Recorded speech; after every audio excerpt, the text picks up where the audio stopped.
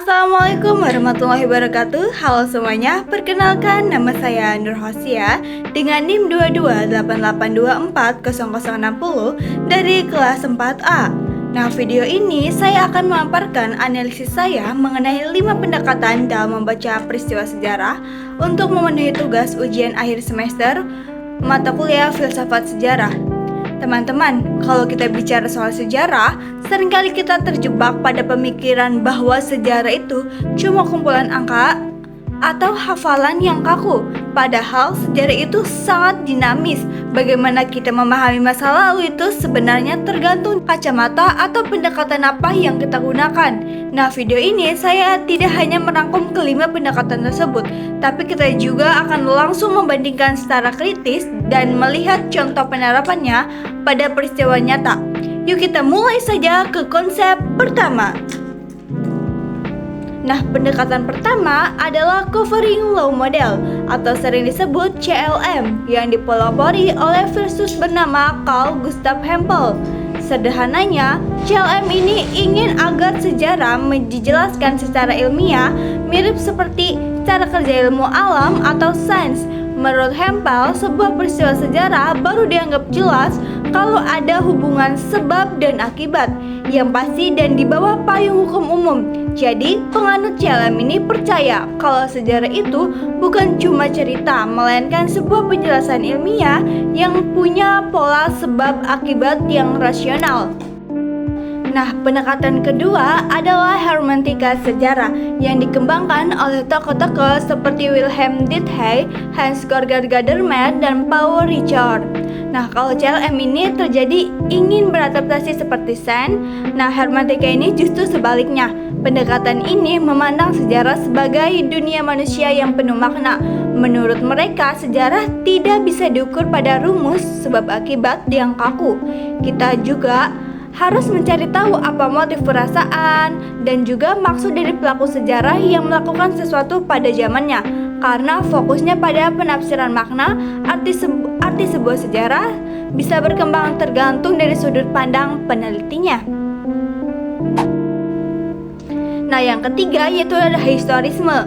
Nah, selanjutnya pendekatan ketiga ini adalah historisme dengan tokoh populernya seperti Leonard von Ranke dan Benito Corake. Nah, prinsip utama dari historisme ini adalah memahami sejarah sebagai peristiwa itu benar-benar terjadi. Pendekatan ini percaya kalau setiap peristiwa sejarah itu unik, cuma terjadi satu kali dan tidak bisa disamakan dengan peristiwa lainnya. Tugas sejarawan di sini adalah mengkaji sumber-sumber primer secara ketat dan kita dilarang menghakimi orang-orang di masa lalu menggunakan standar moral atau aturan zaman sekarang. Nah, pendekatan keempat yaitu ada narrativisme yang diwakili oleh pemikiran Hayden Witt. Narrativisme ini melihat sejarah dari sudut pandang yang menarik, yaitu sebagai sebuah cerita yang disusun oleh sejarawan.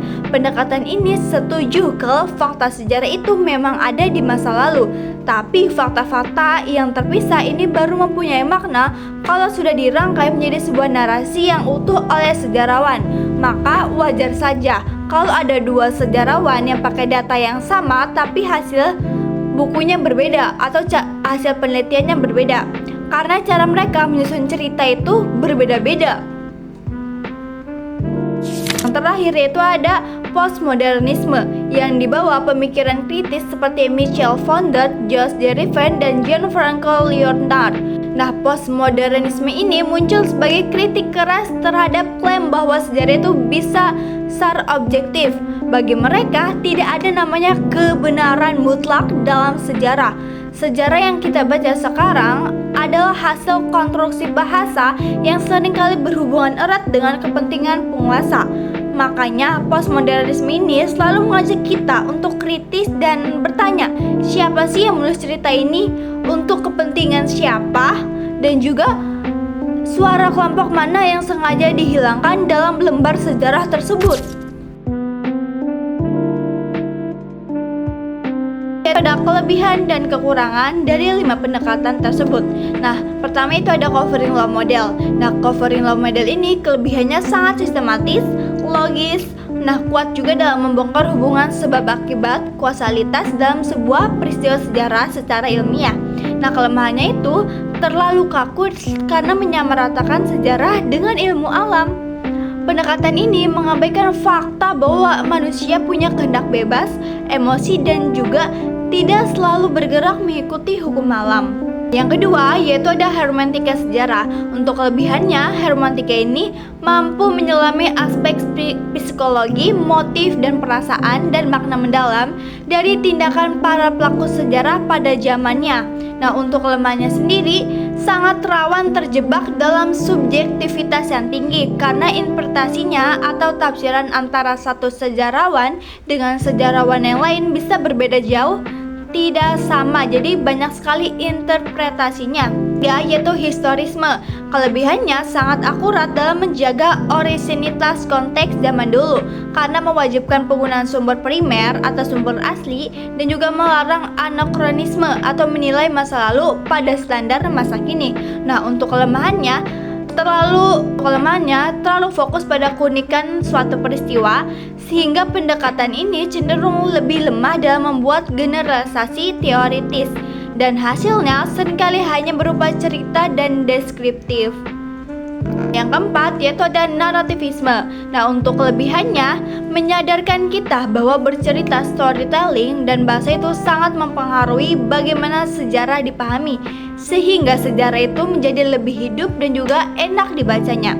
Nah, untuk kelemahannya sendiri, jika dipakai berlebihan, sejarah itu beresiko kehilangan pijakan fakta empiris dan juga bergeser menjadi standar karya sastra fiktif atau drama novel saja gitu. Nah, yang kelima, postmodernisme. Kelebihannya sangat tajam dalam membongkar bias, ideologi, dan manipulasi sejarah yang biasanya ditunggangi oleh kepentingan penguasa. Dan juga postmodernisme ini bisa melihat bukan cuma dari penguasa saja, tapi juga bisa dari rakyat kecil, orang terpinggir, dan lain sebagainya. Nah, untuk tambahannya, jika terlalu ekstrim, pendekatan ini jatuh pada skeptisisme radikal. Semua hal dicurigai dan juga relativisme, sehingga kita malah bingung membedakan mana yang benar-benar fakta sejarah dan juga mana-mana yang cuma opini dan juga propaganda. Sintetis kritis dari saya, kelima pendekatan ini jangan dipakai secara terpisah, apalagi diadu untuk saling menjatuhkan. Jika kita fanatik pada satu metode saja, penulisan sejarah akan menjadi timpang. Tanpa CLM, sejarah kehilangan logika logis. Tanpa hermeneutika dan historisme, kita kehilangan rasa empati dan rasa keaslian pada masa lalu. Tanpa narativisme, sejarah akan terasa garing dan membosankan untuk dibaca. Dan tanpa postmodernisme, kita akan mudah dibohongi oleh narasi tunggal penguasa.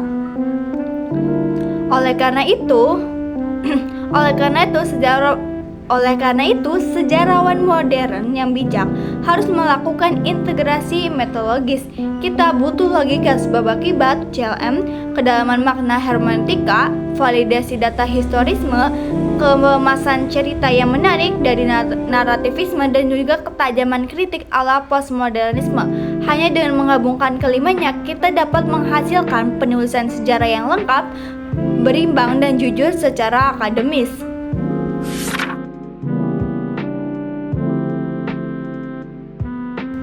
Nah, selanjutnya itu ada penerapan atau contoh pada setiap peristiwa. Nah, yang pertama yaitu ada CLM, Covering Law Model. Nah, contohnya itu pada peristiwa Revolusi Perancis. Kita akan melihat pakai rumus sebab dan akibat. Kita akan menganalisis kalau krisis ekonomi, ketimpangan sosial, dan juga lemahnya raja secara otomatis akan menghasilkan akibat berupa revolusi sosial. Di sini peristiwa dibedah secara struktural. Nah, kedua yaitu ada dalam penerapan hermeneutika. Nah, contohnya itu pada proklamasi kemerdekaan Indonesia. Di sini kita tidak sibuk membahas rumus atau sekedar tanggalnya saja. Kita justru masuk ke dimensi batin para tokoh. Kita menafsirkan bagaimana suasana ketegangan psikologi antara golongan muda dan golongan tua di Rengas Dengklok. Selanjutnya yaitu ada penerapan historisme. Nah, contohnya itu di Perang Diponegoro. di mana perang Diponegoro ini memaksa kita untuk menguji analisis murni pada abad ke-19. Kita merekonstruksikan perang ini berdasarkan dokumen asli sejaman tanpa memberikan penghakiman moral, penggunaan standar etika modern abad ke-21 yang jelas belum ada pada saat itu. Nah, yang keempat yaitu ada narativisme. Nah, contohnya itu pada peristiwa gerakan 30 SPKI. Nah, pendekatan ini menunjukkan kenapa buku versi Orde Baru dan Pasca Reformasi berbeda narasinya. Hal ini terjadi bukan karena fakta berubah, melainkan karena sejarawan menyusun fakta-fakta itu ke dalam struktur cerita berbeda sesuai sudut pandang mereka. Nah, yang kelima yaitu ada penerapan postmodernisme. Contohnya pada kolonialisme Belanda di Indonesia. Nah, pendekatan ini bekerja dengan membongkar narasi lama Belanda yang mengklaim penjajah sebagai misi peradaban. Postmodernisme ini membongkar bias kekuatan tersebut dan mengalihkan fokus untuk mendengarkan suara yang selama ini dibungkam, seperti rakyat kecil dan juga masyarakat adat. Sebagai kesimpulan akhir atau benang merah dari seluruh pemaparan saya hari ini, filsafat sejarah membuktikan kepada kita bahwa masa lalu adalah sebuah realitas yang multidimensi. Tidak ada satupun pendekatan tunggal yang memegang otoritas kebenaran mutlak secara sendiri. Kebenaan dalam melihat hubungan sebab dan akibat, kedalaman dalam penafsiran makna batin manusia, disiplin dan menjaga keaslian sumber, keindahan dalam merangkai cerita, hingga keberanian untuk mengkritisi bias kekuatan, semuanya adalah potongan teka-teki yang juga saling melengkapi. Melalui keterbukaan, dialog, dan juga kombinasi dari berbagai perspektif filsafat inilah kita tidak sekedar menghafal masa lalu, melainkan mampu memahami sejarah secara jauh, lebih kaya dan juga kritis, berimbang dan juga mendalam.